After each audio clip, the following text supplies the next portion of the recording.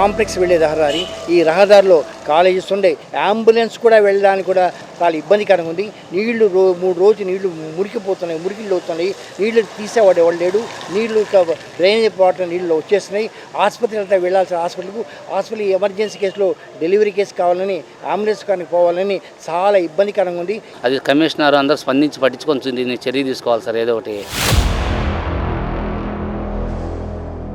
ఇక్కడ పడింది వర్షం కాదు, డ్రైనేజ్ నీరు. మీరు చూస్తున్న ఈ దృశ్యం S2 సినిమా హాల్ స్ట్రీట్ దగ్గరది. డ్రైనేజ్ నిండిపోయి రోడ్డు మీదకు పొంగి పొర్లుతోంది. కాలుష్యంతో నిండిన ఈ నీటిలో నడవాలంటే పాదచారులకు భయం, వాహనదారులకు తీవ్ర ఇబ్బంది.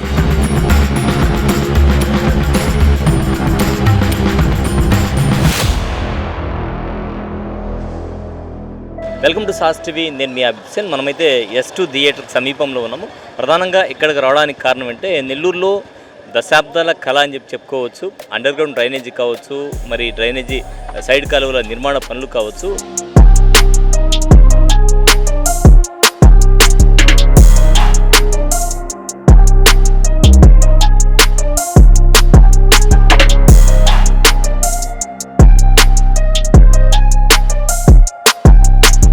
అవన్నీ కూడా పూర్తి కాకుండా చాలా వరకు దోమలతో విజృంభించేటువంటి నగరం అని ఎన్నో ఆర్టికల్స్ కూడా మనం చూసాం. అటువంటి పరిస్థితుల్లో ఇప్పుడు తెలుగుదేశం ప్రభుత్వం వచ్చిన తర్వాత కూటమి ప్రభుత్వంలో పనులైతే నెల్లూరులో శరవేగంగా సాగుతున్నాయి.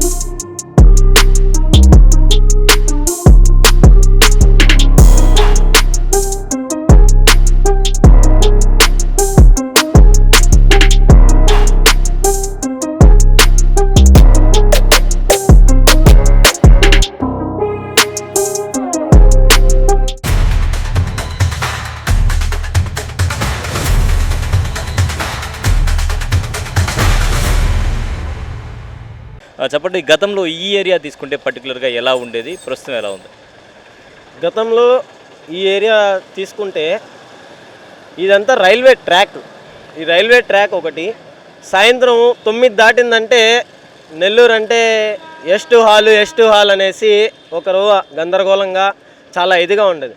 కానీ మధ్యలో గవర్నమెంట్ ఏదైతే ఉందో కూటమి ప్రభుత్వం, వీటి మొత్తం ఇక్కడి నుంచి ఆ లాస్ట్ దాకా మొత్తం గోడని కవర్ చేసేసారు. ఎక్కడైతే పగిలిపోయి ఉందో, ఎక్కడైతే చెత్తలాగా వాడని ఈ ప్రదేశం ఏదైతే ఉందో వీళ్ళందరూ కూడా ఆక్రమించుకొని కొంతమంది సాంఘిక కార్యకలాపాలకు అడ్డగా ఉండింది గతంలో, అంతే కదా, అందరికీ తెలిసిందే ఇది. దాన్నన్నిటిని కూడా ఆపిచ్చి తొలగించి ఇప్పుడు ఇక్కడ మన లా కాలేజీ కాడి నుంచి కూడా ఇది అంతా విద్యార్థులు వచ్చే ఇది లేడీస్ కానీ జెంట్స్ కానీ చదువుకునే విద్యార్థులు. ఇప్పుడు మేము కాలేజీకి పోవాలన్నా, కాలేజీ నుంచి రావాలన్నా కానీ వర్షాకాలం వస్తే ఈ ప్రదేశం ఇక్కడ ఈ చెట్టు కాడి నుంచి కాలేజీ దాకా ఫుల్ వాటర్ వచ్చేసేది. వాటర్ ఎటు కూడా పోవు. 3-4 డేస్ అట్టే బ్లాక్ అయిపోయి ఉంటాయి. ఇంకేదన్నా ఉంటే డ్రైనేజ్ వాళ్ళు వచ్చి సెప్టిక్ ట్యాంక్ ద్వారా తీసుకెళ్ళి దాన్ని ఎట్టి చేస్తున్నారు. ఇప్పుడు ఏం చేస్తున్నారంటే ఇక్కడ కొన్ని స్థలాలు ఏవైతే ఉన్నాయో అవి కూడా ఆక్రమించుకొని సమోసాల అంగడి కావచ్చు, ఇంకా వేరే గుడ్డలు ఇస్త్రీ చేసుకునే వాళ్ళందరినీ కూడా గవర్నమెంట్ ఏం చేసిందంటే ఇదంతా గవర్నమెంట్ స్థలము, ఇక్కడ మీరు పెట్టేదానికి లేదని చెప్పి ఇక్కడ వాళ్ళందరినీ కూడా తీపిచ్చేసి ఇప్పుడు ఇదంతా నీళ్లు నీట్గా వెళ్ళే విధంగా డ్రైనేజ్ మొత్తం నీట్గా ఎటువంటి సమస్య, నీళ్లు బ్లాక్ అయ్యే సమస్య లేకుండా, నీళ్లు ఎంత వర్షం వచ్చినా ఏమొచ్చినా కానీ నీళ్లు ఫ్రీగా వెళ్ళిపోయేలాగా కూటమి ప్రభుత్వం అనేది ఇప్పుడు తయారు చేస్తుంది. Right, okay. అతను చెప్పినట్టు ఏంటంటే ప్రధానంగా ఇక్కడ గతంలో తీసుకుంటే ఈ సెంటర్లో తీసుకుంటే అటువైపు సమోసాల అంగడి కావచ్చు, మిగతా నిర్మాణాలు కావచ్చు ఉన్నాయి. సో అవన్నీ కూడా ఏవైతే ఆక్రమణలు ఉన్నాయో అవన్నీ కూడా అధికారులు తొలగించడం జరిగింది. ఎందుకంటే వర్షం వస్తే తమ్ముడు చెప్పినట్టు టోటల్గా కూడా బ్లాక్ అయిపోయేది, నీళ్లు ముందుకు కదిలేటువంటి పరిస్థితి ఉండేది కాదు ఆక్రమణల కారణంగా. సో ఆక్రమణలను నిర్దాక్షిణ్యంగా తొలగించేశారు. ఎవరు ఏం చెప్పుకున్నా కూడా ఆక్రమణలు తగ్గేదే లేదు అనే విధంగా ఆక్రమణలు నిర్దాక్షిణ్యంగా తొలగించేసి కాలువల నిర్మాణాన్ని చేపట్టారు. ఇప్పుడు ఎంత భారీ వర్షం వచ్చినా కూడా నీళ్లు ముందు కదిలే విధంగా అయితే చర్యలు చేపట్టారు. దీని మీద ప్రజలంతా కూడా హర్షం వ్యక్తం చేసేటువంటి పరిస్థితి. ప్రధానంగా నెల్లూరు అంటేనే దోమలు అనే విధంగా దోమల విజృంభణ కూడా ఉండేది. ఇప్పుడు ఈ సమస్యకు పరిష్కారం లభిస్తుంది, త్వరలోనే లభిస్తుంది అనే విధంగా చర్యలైతే మనకు కనిపిస్తున్నాయి. ఇక్కడ మనం చూడొచ్చు కాలువల నిర్మాణం అయితే చేస్తూ ఉన్నారు. మొత్తంగా కూడా ఇది ఒక కొలిక్కి వచ్చేటువంటి పరిస్థితి అయితే ఉంది. టోటల్గా ఈ వాటర్ ఫ్లో ఏదైతే ఉందో ఇదంతా కూడా ముందుకు వెళ్ళేసి ముందుకు కదిలేటువంటి పరిస్థితి ఉంటుంది. ఎక్కడ కూడా నీళ్లు ఆగేది ఉండదు. గతంలో కూడా S2 థియేటర్ దగ్గర నుంచి వెళ్ళాలి అంటే అక్కడ మధ్యలో నీళ్లు ఆగేదనమాట. సో పోవడానికి చాలా ఇబ్బందికరమైనటువంటి పరిస్థితి ఉండేది. ఇప్పుడు ఈ కాలువల నిర్మాణం ఉంది కాబట్టి ముందుకు యథావిధిగా నీళ్లు పారుతాయి కాబట్టి ఎలాంటి సమస్య ఉండదు. మరొకరితో మాట్లాడే ప్రయత్నం చేద్దాం.